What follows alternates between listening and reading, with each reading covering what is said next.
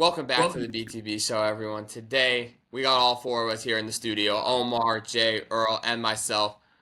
We're going to be once again talking about the 65 games rule. I hope you guys are not tired of hearing about it, but it's coming under fire again because not only did we have the Luka Doncic injury, which looks like it might cap him at 64 games this regular season, but now Victor Wembanyama is also in jeopardy of not hitting 65 games after he suffered a rib contusion. That's what it's being reported as right now, so I'm going to call it a rib contusion in his game last night against the 76ers. So Spurs have 3 games left. He needs to play 20 minutes and at least one of them to qualify for an award. If not, someone else will be winning Defensive Player of the Year this year, which is not something I would have thought coming into the season. I thought he'd win the next 20. So we're going to start off with Jay today. Jay, what's your take on the 65 games? Well, I know you weren't on the show the last time we talked about it. Do these injuries change your take on it, or what's going on there? So, I'm going to be completely honest. I was one of the biggest advocates of implementing the 65 game rule. I thought it was very necessary because of I'm not going to say load management thing, but like it just got to a point where it was very aggravating to see players sit out with very minor injuries like a sore ankle or a bruised knee, and guys were just missing the games and not getting punished for it, still making these All NBA teams, getting MVPs. Like I just thought it was very BS. But I've completely changed my stance on how I feel about the 65 game rule. Like I said, I was pro before when Adam Silver did it. Now I'm completely against it. I'm with the Players Association trying to reverse it because of things like this. Like, say Kate Cunningham is not allowed to play another game because of having a collapsed lung. Him not being on an all NBA team or him not getting MVP votes or whatever the case may be, because of that, I just think it's not fair. It's not a fair way to summarize how great of a season that Cade Cunningham had and how important he was for the Detroit Pistons. They were number one in the Eastern Conference literally the whole entire year. And he's not even going to have an All-NBA consideration or an MVP vote because he had a collapsed lung, a very serious injury. That's a life-changing injury. Like, the fact that he's coming back this season, he was doubtful yesterday versus the Magic. He'll probably be able to play during the playoffs. Like, he's fighting through to come back to be there for his team. And for him to not even have any votes for All-NBA or MVP because of this rule is very unfortunate. Another player who I'm going to zag on in the middle of my argument, but Luka Doncic. Luka Doncic is going to be at 64 games exact. And for Luka to not have any MVP votes or any All-NBA consideration because of this is sad. Because Luka Doncic had one of the most legendary seasons in NBA history. Had the most 40-point games on the road since Michael Jordan 1986-87. Averaged 37 points for an entire month. Only 10 players ever done that. Averaged 8 assists, over 8, I think about 8 rebounds. He was having an unbelievable season. And that's the reason he's sitting at 64 games. He had a very serious hamstring injury. But to zag on Luka, he did get suspended the game for the technical, so that's kind of on him. But Good point. even with that being said, though, another player, Wemby, like we're talking about, who's sitting, I think, at 64 exactly, did get a rib injury. He's the best defensive player in the NBA. He needs Defensive Player of the Year. Like, it's probably going to be Rudy if it's not him or Chet Holmgren because Chet having a great season. But I think it's just sad to see that these stipulations get held against these players that have real injuries. There should be something implemented for the severity of the injury, the type of injury. It can't be over like a contusion or a bruise or soreness, because that type of stuff you can play through.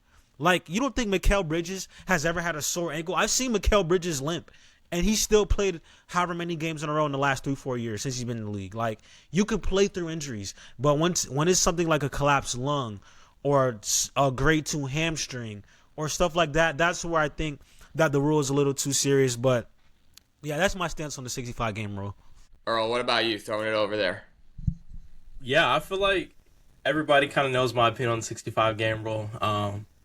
Obviously, I have Luka in my camp. Shout out to the Lakers. It sucks, man. Like, Luka had one of the most historically I don't want to use the word. He had one of the most historic offensive games we've seen in the history of the NBA. In the month, in last month, he averaged almost 40 points per game, along with 8 rebounds, 8 assists. And the fact that he won't make any All-NBA teams at all because of one missed game is absolutely diabolical.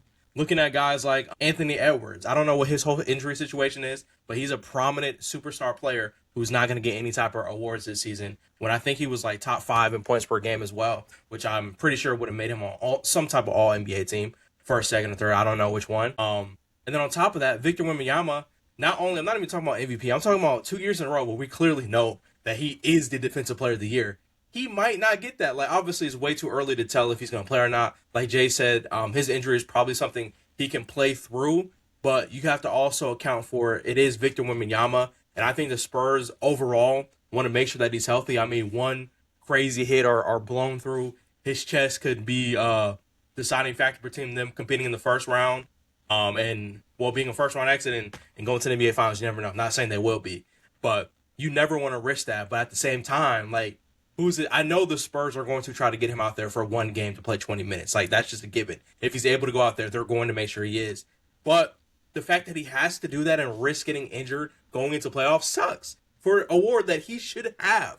And I think that's where context of the 65 game rule comes into place. Like, I think somebody said it best. Like, maybe you don't necessarily need the 65 game rule in general. Like, I think it's common sense. Like, you're not going to vote someone who played 40 games in a season as your MVP. Like, that's just a fact. We already know context-wise, there's no way he can be the MVP if he didn't play that many games. But when it comes down to, like, little things like this, like 1 game, 2 games, 1.5 games, 20... if we're talking about the difference between making an All-NBA team or being considered for an MVP or anything like that, 20 plus minutes. Think about it. 20 minutes is the difference, the deciding factor of all your hard work in the season being completely gone. Like, I think it sucks. Obviously, like you said, the Luka thing, of course, like, he could have not got that technical and he could have had it for sure.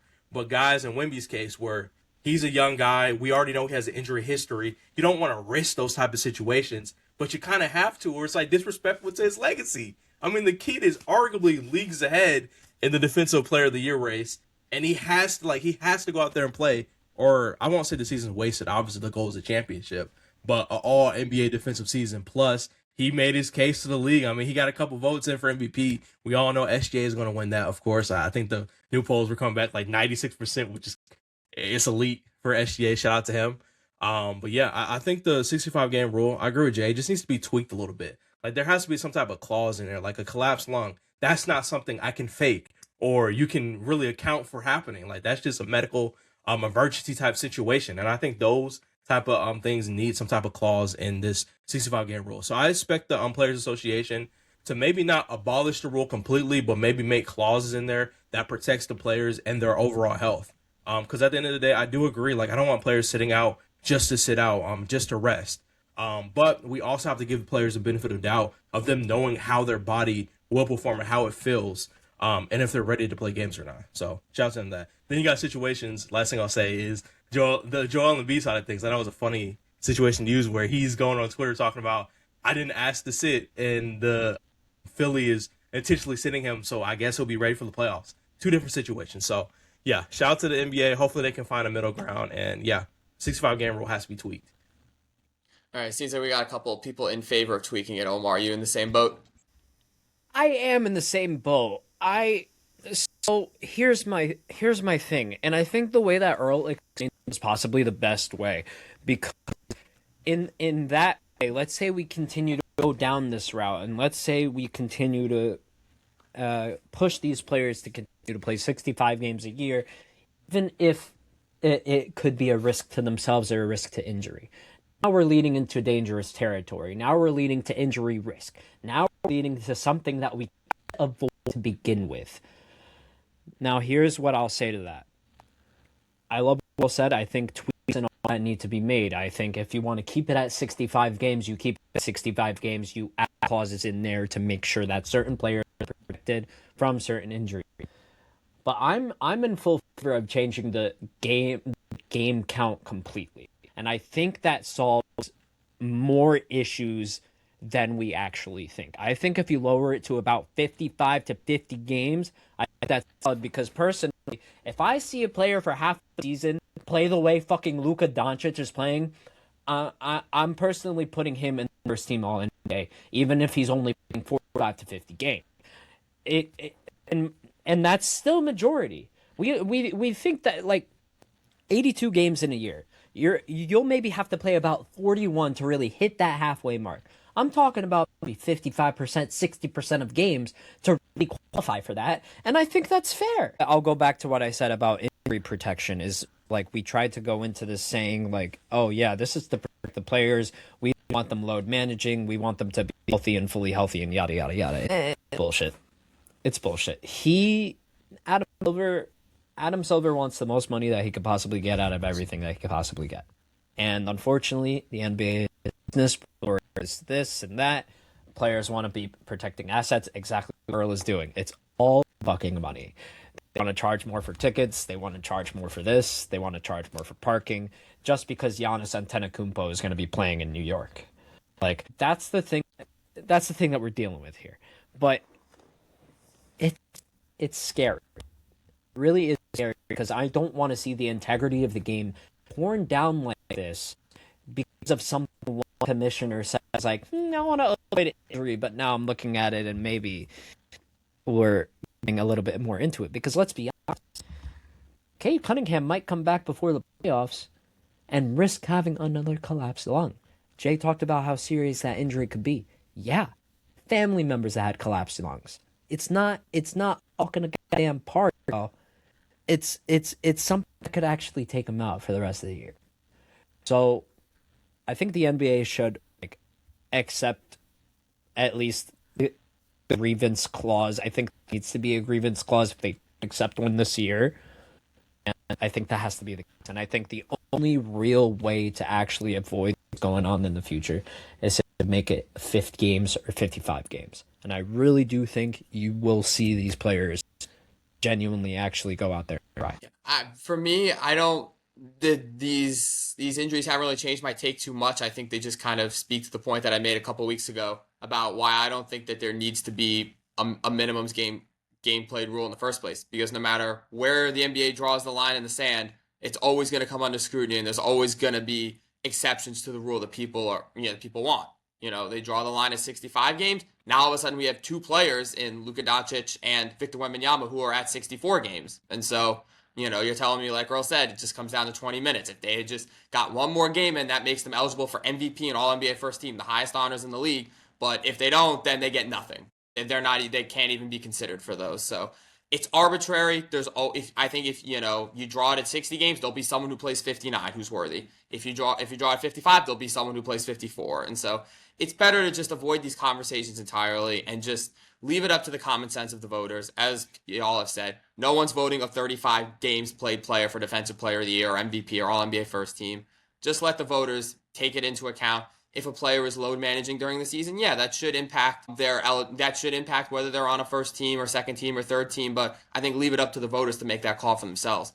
Because if not, you get situations like this where Luka Doncic is having one of the best seasons of an individual in NBA history, and by all standards, an All-NBA First Team season, even if it only ends at 64 games. But I do think in Luka's case, I actually do hope that the NBA does make the exception. I know his agent has said they're applying for a special circumstances exception because he did miss time earlier in the season due to the birth of his child, and he traveled overseas for that event. So in my opinion, I think this is a case where if the NBA is ever going to grant an exception, I think you do it. He is one game right below. Yes, if he hadn't gotten 16 technicals, he would have been at that anyways, but for the birth of a child, it's a non-medical reason. It's extreme circumstance because he's out of the country, so that extenuates the amount of travel time he had. So personally, I hope they give it to him. I think that is a valid reason. If they're ever going to exercise that clause, this is the case to do it. So I hope that goes through. TBD on that. Case of Victor Wembanyama, again, will he play? Will he come out in one of these last three games and risk injury? We'll have to see. But it's a shame that it comes down to that. And I think as long as the NBA has a rule in place that says with this amount of games you are either eligible or you're not, I think as long as you have that, no one's ever going to be happy. There's always going to be cases where, fans and players are upset about it. So better to just do away with it. We didn't have a problem with it for 74 or 3 or however many years in the NBA. We did without it for many, many decades. I think it was a good idea in theory. Like Jay said, it sounded a lot better in theory than in practice. I think now we've seen it be exposed. It's time to move on. But that's just my take. Let us know what your takes are in the comment section below. As always, we appreciate all the comments that you guys leave on the videos. And we appreciate y'all checking out the content here on YouTube as well as on TikTok, Instagram, and anywhere else we get our stuff up. So this is the BTB Show. Signing off here today. Hope y'all have a good rest of your day, everybody. Peace out. Peace.